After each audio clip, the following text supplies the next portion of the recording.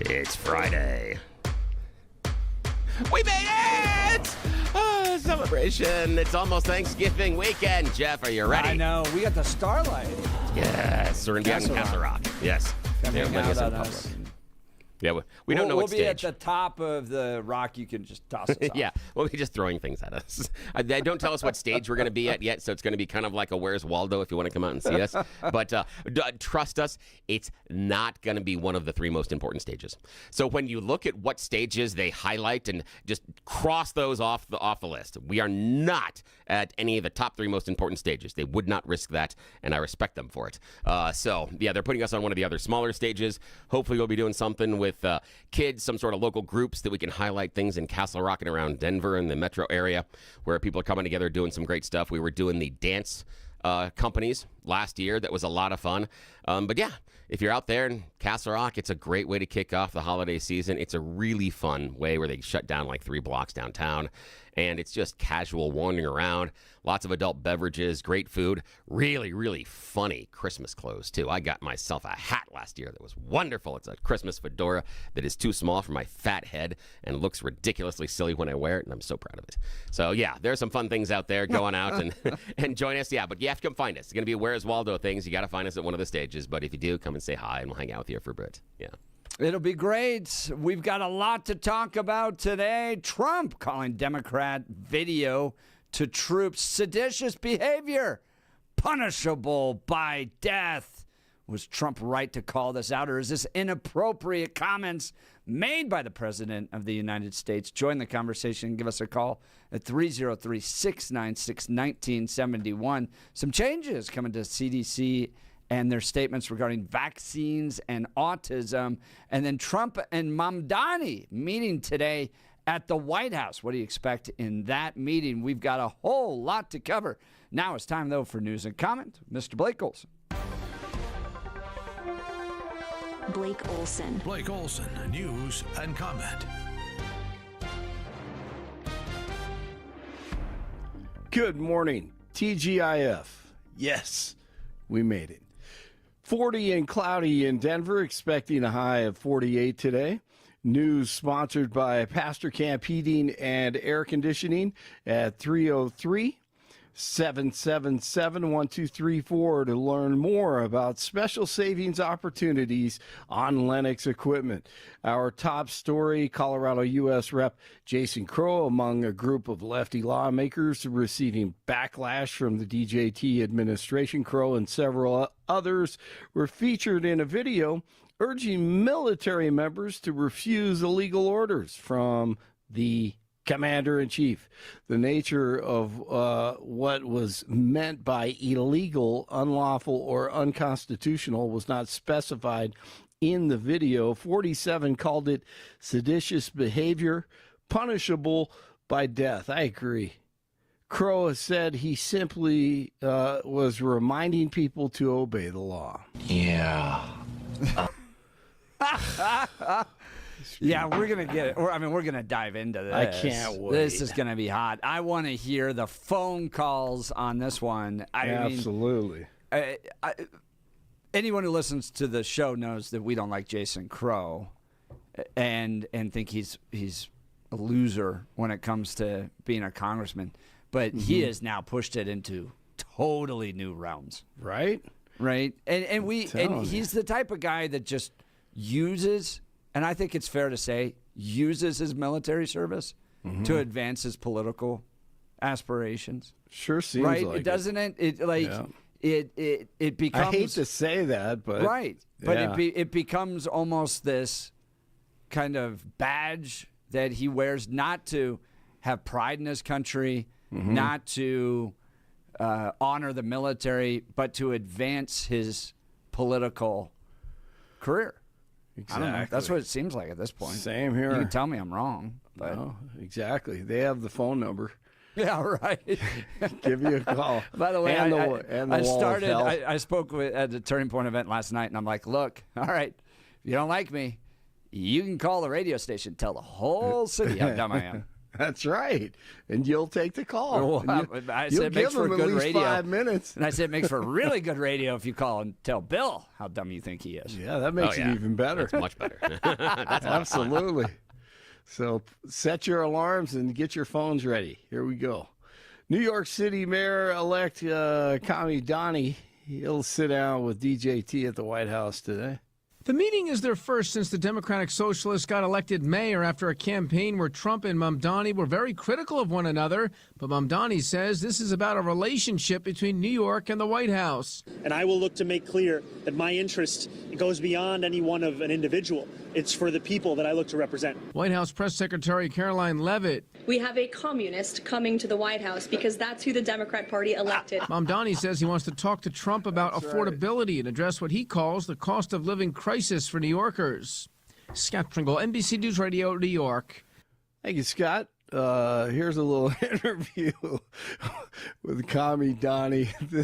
The reporter did a good job here, but dude, I mean, this guy is like Pee Wee Herman talking to him. But here we go. This is interesting. And the other one, you're talking about fast and free buses and you're meeting with the governor. I've heard you talk about many times that you don't want to take money away from the MTA. You want to put money back in. It's something that she agrees with, right? We don't want to take away money from the MTA. How are you getting that money, the $700 million to make the buses free, into the MTA if she's not for raising taxes?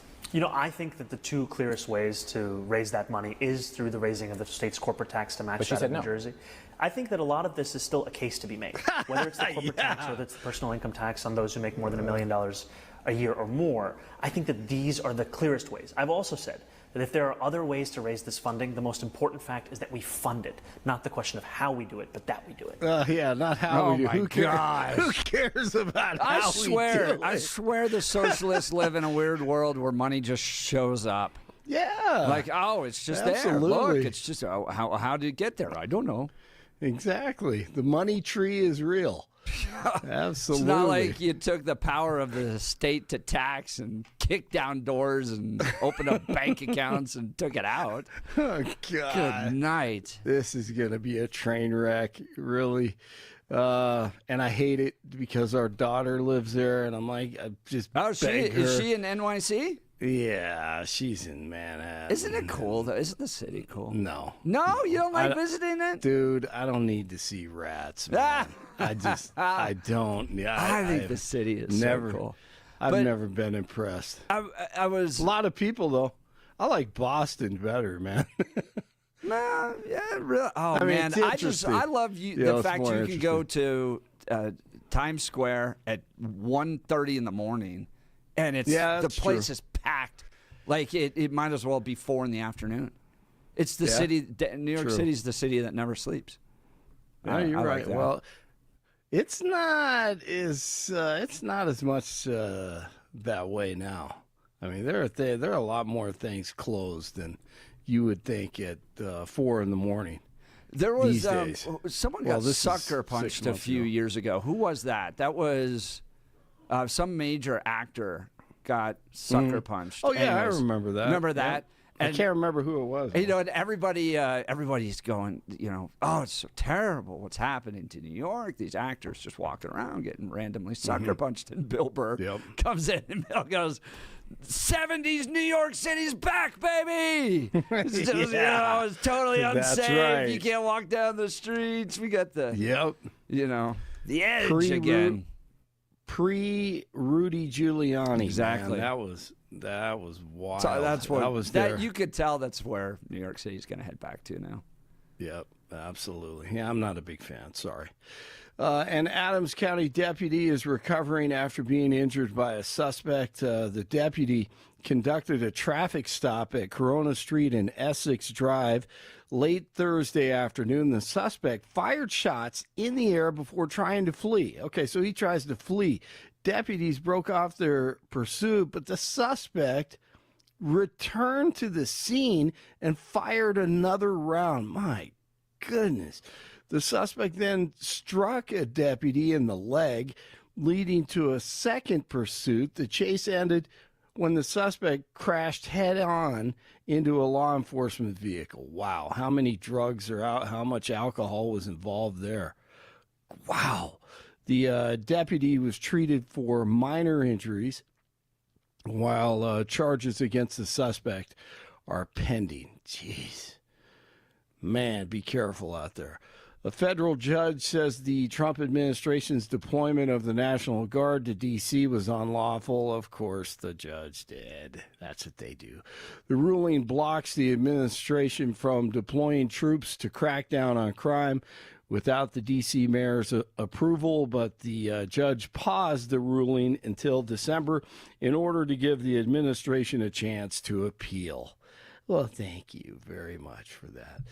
A former school counselor in Fort Collins, accused of having a sexual relationship with a student. Former Poudre Community Academy counselor Janelle Edsall has been booked into the Larimer County Jail on 2 felony counts of sexual assault and 1 misdemeanor of false reporting. Authorities are concerned there may be more victims and are asking for tips. Edsall has not been with the district since July. She also worked as a private practice counselor at Vine Counseling. I'm Connor Shreve. Thank you, Connor. Avs go for 7 wins in a row last night. And 5 of the 6 have gone to overtime. Here's Marty Natchez.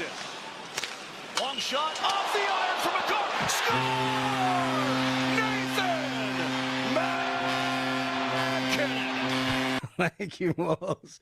6-3 over the Rangers. The Avs have scored a point in every game but one. They are 14-1-5. The Texans knocked off the Bills last night, 23-19. On Thursday Night Football, Houston now 6-5. The Bills have dropped to 7-4. Josh Allen will be in Laramie tomorrow as they honor him and retire his number 17 at WYO. But they are having problems in Buffalo. 39 in Lone Tree, 38 in Lafayette, 40 in Denver. You are waking up with Jeff and Billy, and it is Friday. Right, yes. Yay! Here we go. Get your nicknames into Bill. Let's see. I love that. Let's get the nicknames going. Blake Olson, News Talk 710 KNUS. A storm system lifting north and east out of Arizona will clip the Front Range and eastern plains of Colorado with some upslope, some cooler, wet weather coming to the Front Range. Clouding up, temperatures in the low 50s today. Showers developing by afternoon. Areas of rain and fog tonight may be mixing with a little bit of wet snow. This will be especially true Palmer Divide and foothills. Some of these rain and snow showers and areas of fog will linger into early Friday, then partly cloudy, and back into the 50s for the weekend. Meteorologist Don Day in the 710 KNUS Weather Center.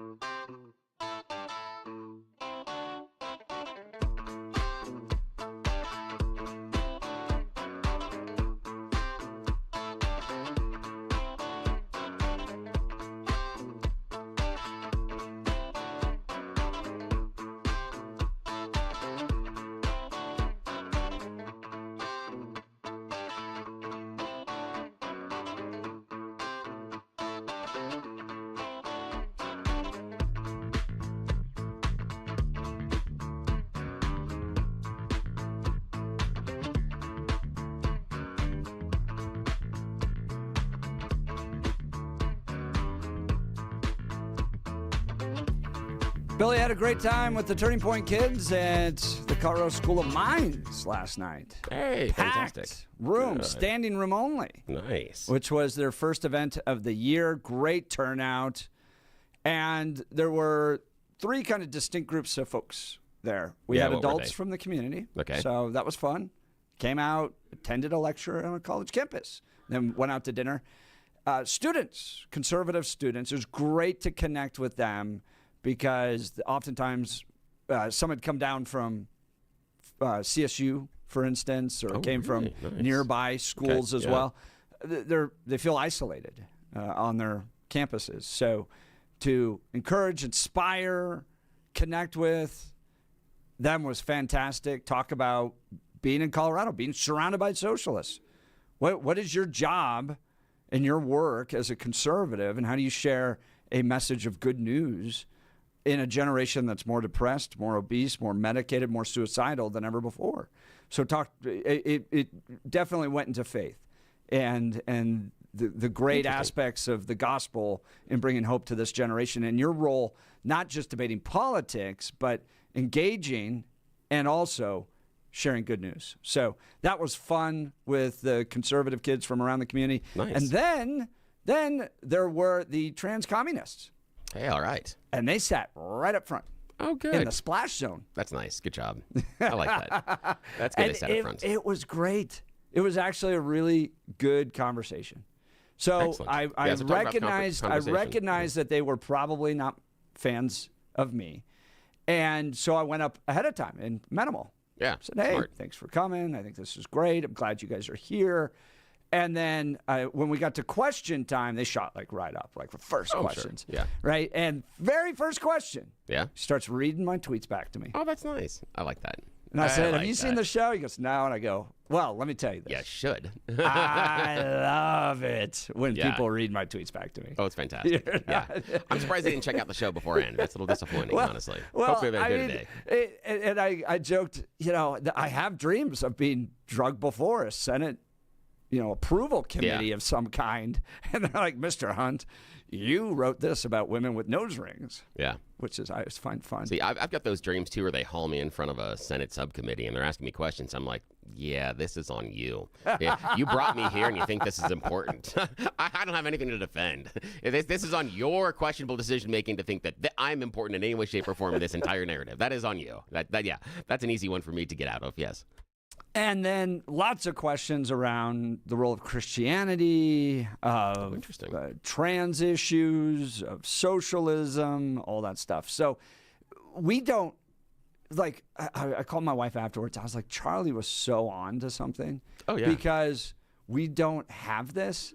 You got to think, in their world, most of the engagement's all digital, right? So you just kind of post something I disagree and stuff like that. And it's just a series of texts. Yeah, there's no real screen, engagement. Yeah. Right? But to look eye to eye, 6 inches from each other, I mean, they were right up front.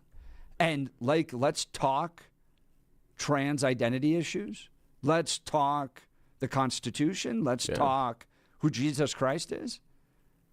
Face to face, it was so cool. Oh, that's I loved wonderful. it. Then they stuck around afterwards. We talked for another 40 minutes in the hall. No way. So that's awesome. And I said, call into the show anytime. I love this. I appreciated it. It was like what you and I going back and forth. It was very collegial. Good. Even more so than what you and I can get into. Well, they were in publican rules and stuff. We're allowed to get a little down and dirty here. There's a little. And what I really appreciate is that, one, the people that disagreed showed up. 2, they at least did some of the research and the back end to look at your tweets. 3, and I think this to me is most importantly, that's a good job there, Bill. Nice job at 618. Okay, the most important one is number 3. There we go. That's a better way to say that sentence. Is that they engaged in a respectful manner. They didn't stand up. They didn't try to shout you down. They didn't stand up in the middle of the speech and hold up signs and try to block anybody from behind you seeing. They didn't yell anything. They didn't get up and disrupt during it. They engaged as was offered inside of the forum, and they did it respectfully. That is the most important thing to me about that entire exchange between you and them. I loved it. I was glad they were there. Fantastic. Good job. They did do this little protest. I guess it's called a silent protest. Have you heard of this? Where they just look at their phones the whole time. God, that's what that is. That's called dinner time with teenagers.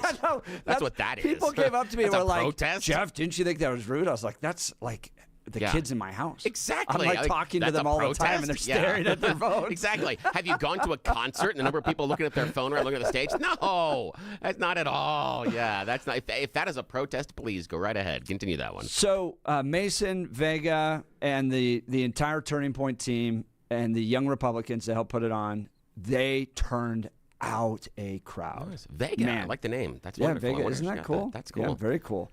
She's the state director for Turning Point. I love that because, side note, and I'm not trying to insult Vega. We've got a snake named Vega. I like that name. It's the largest star in the constellation of Lyra. I like that name. That's cool. Yeah. Of course Yes, you know I that like information. Yeah, I like that. That is really cool. That is nice. Okay, that is cool. But they turned out a crowd. They had security. I mean, think about it. These were college students, right? They turned out a huge crowd. They felt or had to deal with opposition. So people were, yelling at them and kind of trying to harass and intimidate them prior while they were out promoting and tabling it. They persevered through that. Good. They had security, so it was a safe event. Nice. They made sure everybody was respectful. They made announcements at the beginning that, That's hey, important. we welcome discussion, debate. We're going to have a time for it, but if you're disrespectful, you're going to be escorted out. They were very smart. clear. And that's very smart because, again, prior to the starting of the event, and you know this doing the Western Conservative Summit, setting expectations for the crowd. Correct. To tell the crowd beforehand what is expected of their behavior, because then it's easier to tramp down on disruptive behavior because you've outlined it beforehand, rather than trying to tell people during the event that it's not okay to disrupt. Like, you didn't say anything. Yeah, come on, stop acting a fool. But yeah, you got to set it out very well. And then, bro, let me tell you about the Yeah. Mines kids. They're so smart. They're fun too, though. They are so cool. Yeah, they are. Right? Like, you're just around people that are going to go do really cool things. Like, one guy was a nuclear engineer, studying nuclear engineering. Another one, chemical engineering. He's going to go work for a whiskey distillery. Yeah. Like, he's on his way to doing that. Another one, a lot of them into mining. Yeah. And mineral development. Yeah, and geoengineering and stuff. Yeah. Uranium like, bro, my college experience was totally different. Oh yeah, we have two cousins that graduated from mines, and I've got a friend of mine from college whose father was a professor at mines and just wicked smart. We talk geology. Next and level stuff. Yeah. So the funny thing is, at most speeches I give, I remind people that they are smarter than nearly all the lawmakers down at the Colorado State Capitol. Very smart. Right? Yes. Like, you could pick 5 people out randomly off the street, and they're going to make better decisions than the people down at the state capitol do. And in this case, it was absolutely true. Oh, like, absolutely. these are wicked smart kids. Yes. So I want to thank Mason, Turning Point USA, Colorado School of Mines, Vega, State Director for Turning Point, putting on an absolutely fantastic event. It's the hottest thing on campus. People, standing room only. People want the debate, the conversation. Turning Point facilitating it. It was just that is wonderful, and thanks for extending the invitation to my buddy Jeff. We really appreciate it. Really appreciate not just the exposure, but also to get him out and have him talking. And if you're gonna pick somebody that you have in the Colorado media market, there is nobody that is suited better to stand there and do that presentation at TPUSA. I have warmed him up on a daily basis. It's true. He is ready to go. I was telling my wife about that. I was like, dude, you are ready. There's not a question out there that intimidates me. Are you kidding me? Not a single thing anymore. Yeah, you are primed and ready to go. Yes, you're ready for prime time. You're like the best sparring partner out there. That's what we're doing here, my friend, and that's why this works. That's how this works. All right, coming up, Donald Trump calling out Democrats with that video. Man, have you seen Marsha McCollum going after Jason Crow? Was Trump right to say that this was seditious behavior punishable by death? Or is that going way too far? Are you calling for the death of his political opponents? We want to hear from you. We'll get into that next. Give us a call, 303-696-1971. Text us on the Dan Caplis Law Text line, 720-819-5115. You're listening to The Jeff and Bill Show. This is Denver's Talk Leader, News Talk 710, KNUS.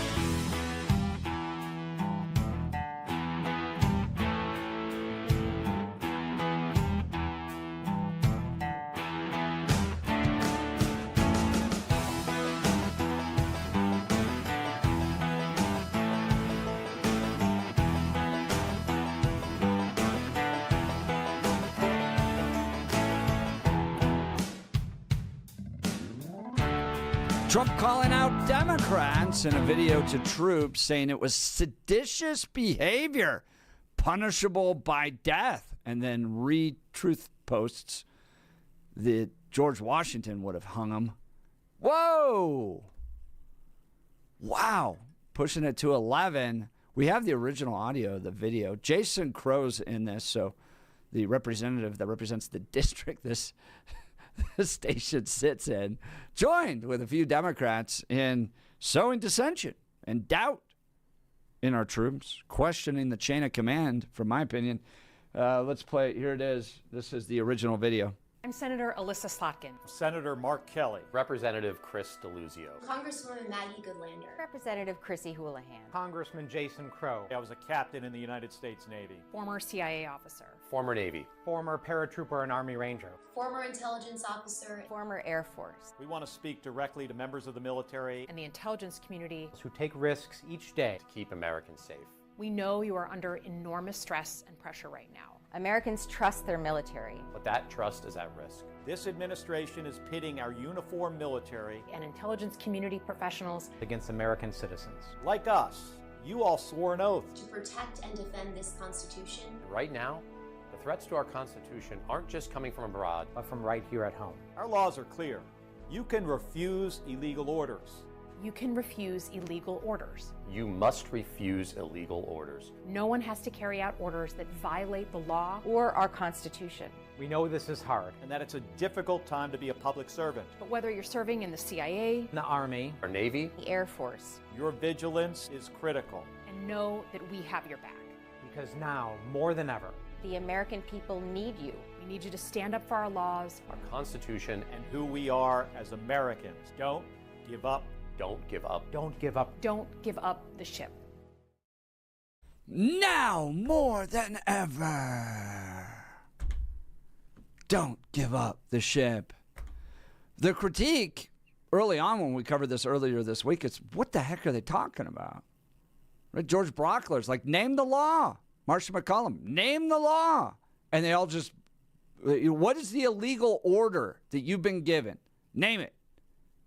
Well, we're just reminding the troops. That's not just reminding the troops. Give me a break. You're saying that now more than ever we're pitting troops against American citizens. That was sowing dissension and doubt into our troops, creating questions in the chain of command. And Bill, from my perspective, the biggest concern is not what Donald Trump said in response. It's not even what they said as Democrats. It's how a private or a sergeant somewhere in the military could end up going to jail for a very long time because they happened to listen to what these Democrats said. Yeah, that's not going to happen. 110%. Guarantee. How do you know that that's not going to happen? That someone out there is not going to disobey an order? Someone in uniform. That's not going to happen based on that video. 110%. I will guarantee it that based on that video, they're not going to do it. And it's only occurred to me after having a conversation with an enlisted friend a number of days ago that it was right after our conversation that we had about this the first time. And they reminded me that regularly enlisted men and women are briefed about disobeying illegal orders. They get this talk routinely, several times a year. They get this from their command. They're told this. So their impression was anybody that is enlisted has heard this over and over and over and over, and they are going to tune it out. Just because this group of lawmakers makes a fancy video and has a neat little tagline at the end, it will be tuned out because the average rank and file service member hears this regularly. This was done for politics. This was a political statement they were doing to make a lot of noise, get a lot of attention, to go viral, and we've done exactly that. In fact, I submit that if Donald Trump would have ignored it, this wouldn't be as large of an issue. Oh, it Bill, would have gone away. No, you're Yeah. totally wrong about that. Trump No. was right to confront this. This was an effort to sow dissension and doubt in our troops, to break the chain of command. This was unacceptable behavior. And as to your point, this was political. You have a group of Democrats utilizing their former roles in the military to try to score political points, and the result is that they're sowing dissension in the troops. That's unacceptable behavior. I'm glad the president called them out. Was it strong? Yes, it was. They're not sowing dissent at all. And again, because the average rank and file is going to ignore it. They get this message all the time, and this is the issue. If Donald Trump believes that this message to the troops is a form of sedition, then you have people inside the military committing sedition several times a year, usually every quarter. That's normally when it happens. But these things are given to the troops on the regular basis. Bill, you just admitted this was not some just reminder. Now, Some here's- NBC Yes, Jeff. after-school reminder of the Constitution. No, this was an effort, a deliberate effort by a group of Democrats to sow dissension in the troops. They make No, that's not wildly what I said at all. inappropriate statements. No, not what I said They at all. say we're pitting troops Oh, against that's the wrong. American citizens. What are you talking about? No. They couldn't define a single thing they said in that. No. See, the thing is you're coming to the conclusion that they are doing this to sow dissension. And Yes. that's wrong. They didn't do it to sow dissension because they know they're service members. They know this message is delivered to servicemen and women several times a year. They already hear this message. What I said is that this, the message that this is what I said. Hang troops on. are being This is pitted what I against said. the American Hang on. citizens. They're This is hearing what I that said. message? Hang on. That's not what I said. I said the idea of disobeying illegal orders. What I said also was that this particular video was political. It is not focused on the men and women that are serving our country. That's exactly who it's directed to, Bill. No, Jeff. They say that. Jeff, hang on. That is who they're talking to. Jeff, hang on. No, they're not, because every single one of them in that video knows that servicemen and women get that message about disobeying illegal orders regularly. They are all well aware of that. So they are framing this as if they are talking to the soldiers, but they are talking to the American public, and they are doing this for politics. This was crafted to go viral. This was crafted to create a stink and to create a false argument. Yes, I hold them responsible for that. All of them know this. All of them are playing politics with this, but they are not doing it in an intent to sow dissension inside the ranks, because they all know that everybody in the ranks already several times this year have gotten the message about disobeying illegal orders. They don't need it from them on a fancy video. Bill, They've you're already gotten saying it. two things at the same time. One, they hear this all the time. It's not that big of a deal. And two, the video was a political effort to, They both can be true. to create noise in the political realm. Bill, this was wildly inappropriate. This type of crap needs to stop. Sending a message that was directed to troops, okay? And it was full of false statements, like you're being pitted against the American citizens. What are you talking about, okay? That you now more than ever have to refuse illegal orders. What illegal orders are you talking about? They still can't define that. They go, oh, it's just a general reminder. This is not a general reminder. The motivation here was to try to get members of the military to question and possibly disobey orders that come from their commanders. They created a false scenario where this is happening right now. It's not. It's a lie. And the result is you could have private sergeants out there disobeying orders. And if you, God forbid that happens, and this private, this 19, 20-year-old somewhere ends up being prosecuted as a result of it, I'm going to hang it on the statements made by these people, these Democrats. It was inappropriate. And the effort was to sow dissension. Well, join the conversation. Would love to hear from you. Give us a call, 303-696-1971.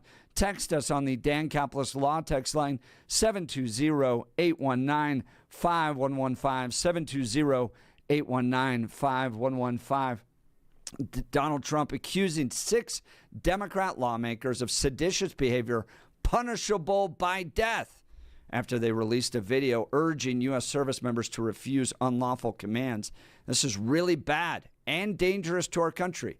Their words cannot be allowed to stand. The 6 lawmakers, all of whom have served in the military or intelligence communities, called Trump's remarks dangerous and said they amount to threats against elected officials. The row comes amid heightened concerns about politically motivated attacks in the United States following a rise of instances of violence against political figures. Look, calling for hangings, I think that's inappropriate, right? But Trump, in true fashion, had to call for these Democrats to stop it. This is inappropriate. It's a threat to our country. They should be ashamed of the video that they made. Trump pushed it. He's going to get them to stop it, I think. Let's go to the phone lines. Ron in Denver. Good morning, Ron. You're on with Jeff and Bill. Morning. Good morning. Hey, I agree with both of you a little bit. I don't think the congressmen are directing their comments at the military. I think it's saying to the American people, here's another way to rebel against ICE. I think Donald Trump responded maybe inappropriately, but said, if you're seditious, if you act like this, here's the consequences.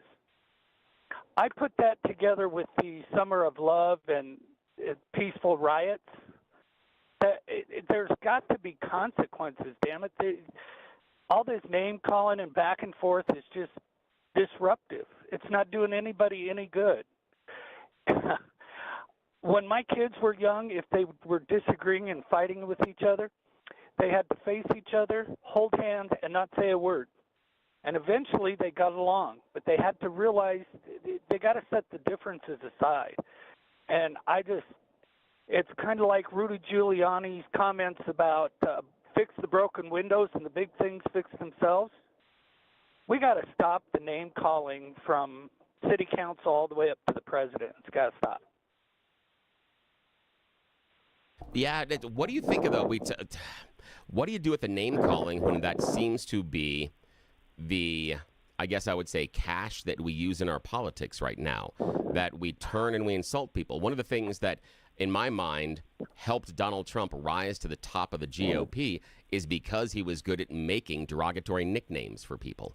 And so those little tag nicknames. So can we really say we need to stop calling names when that is sort of the stock in trade of the guy who's in charge of our country right now? I mean, you remember Little Rocket Man, you remember, Little Marco, Sure. There's a whole bunch of stuff, yeah. But if it was just Donald Trump, then we'd slap his hand and put him in a timeout.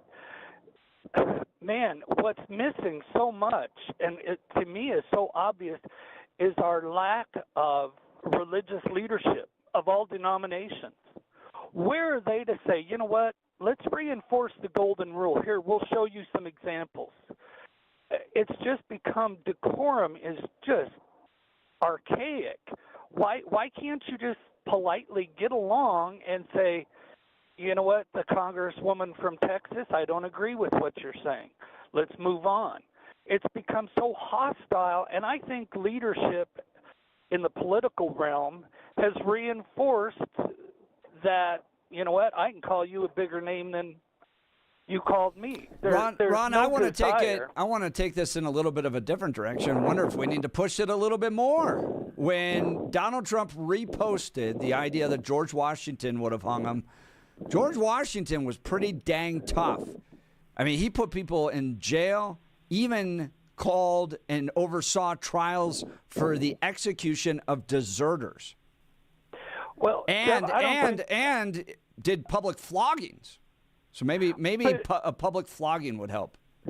We don't need to go to that extreme, but I think we missed our point when Kathy Griffin had the bloody head of Donald Trump? Bloody head, yeah. Yeah. Man, she should have been in jail. Bam. Here. You know what? You pull this crap, here's the consequences. But society doesn't want consequences anymore, whether severe or... Jeff, look at, Rob, I got a question. Hang on, Rob, I got a question on Sure. that.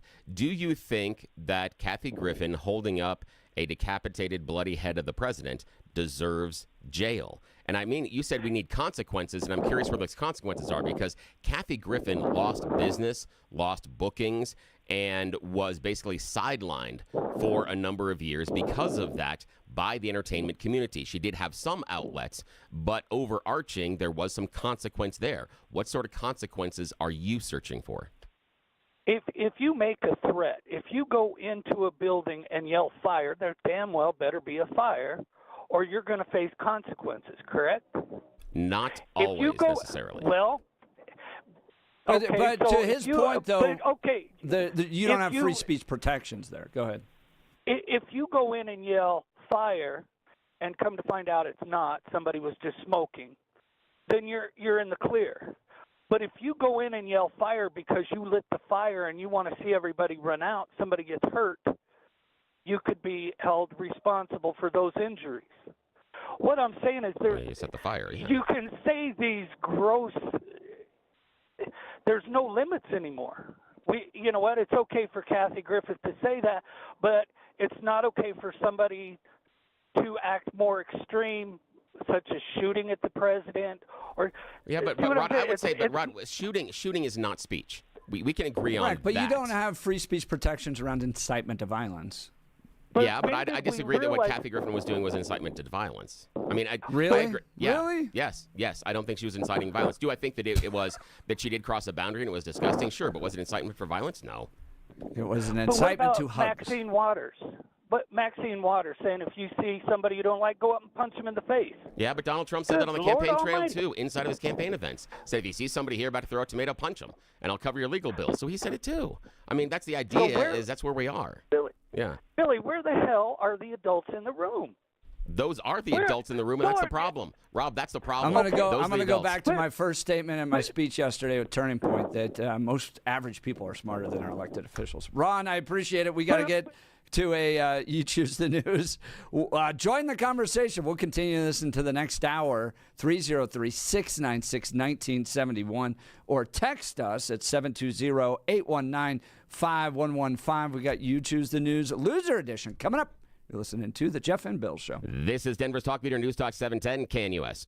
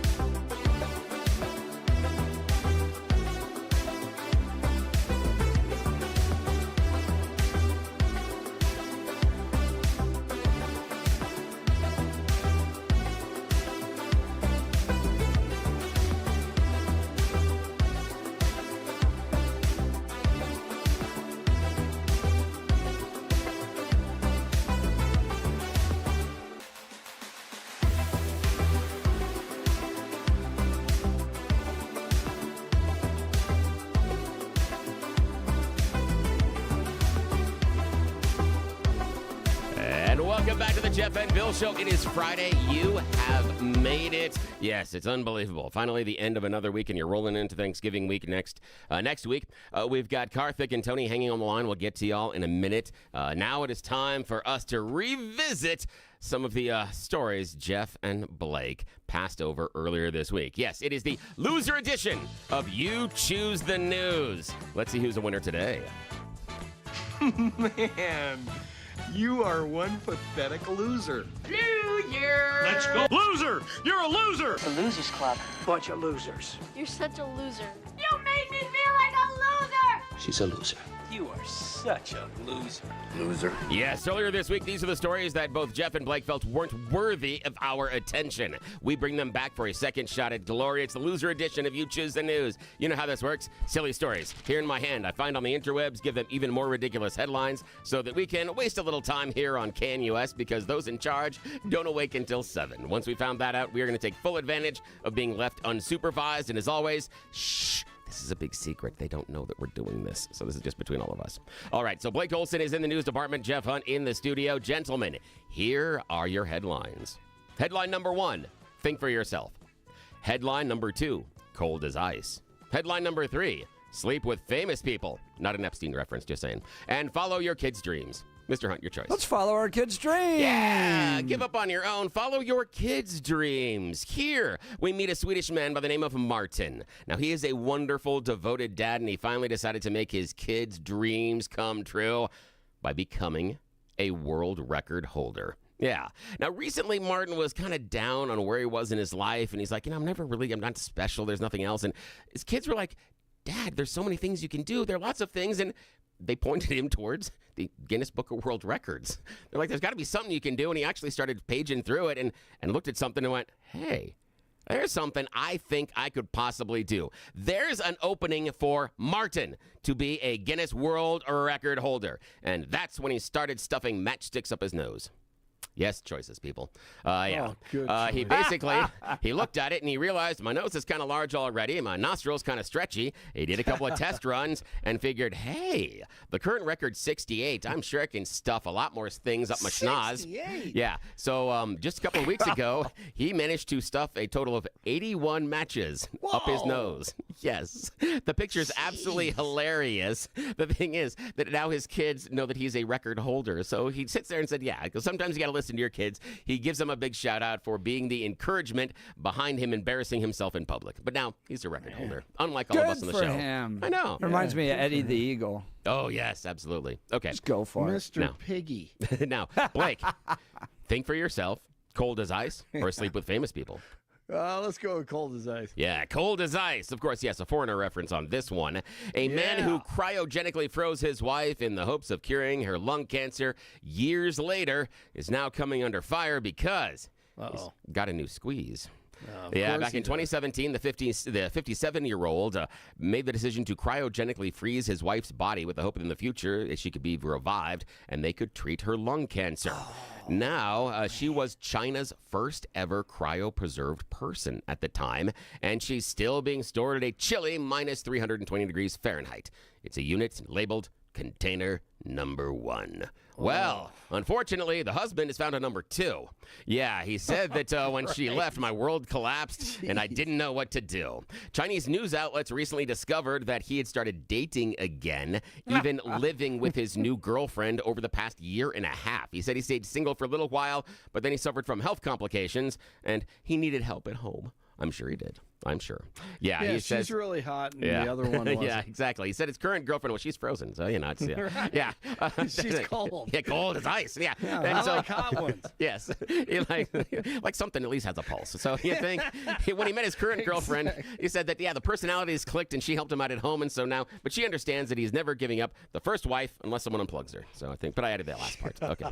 Now, Jeff, your choice, sir. Think for yourself or sleep with famous people. Again, not an Think for FT. yourself. Yeah, think for yourself. yourself. Microsoft has issued a warning saying, hey, guys, you got to think for yourself because their new agentic AI capabilities could really F up your computer. Yes, Microsoft is going all in on AI and saying, hey, now the agentic AI is an autonomous AI unit that can be loaded onto your computer. Yes, and Microsoft says, yeah, you should only do this if you really understand the security implications because, well, it's AI and it kind of doesn't know what it's doing. It can actually create some administrator issues inside of your computer and decide to make changes and do things without you knowing it. So yes, if you want your computer to randomly buy things or sign you up for things or do things you're not wanting to, then please enable Microsoft's AI. Is that like AAI? Autonomous? Yes. Yep, that's exactly what it is. AAI. Yeah.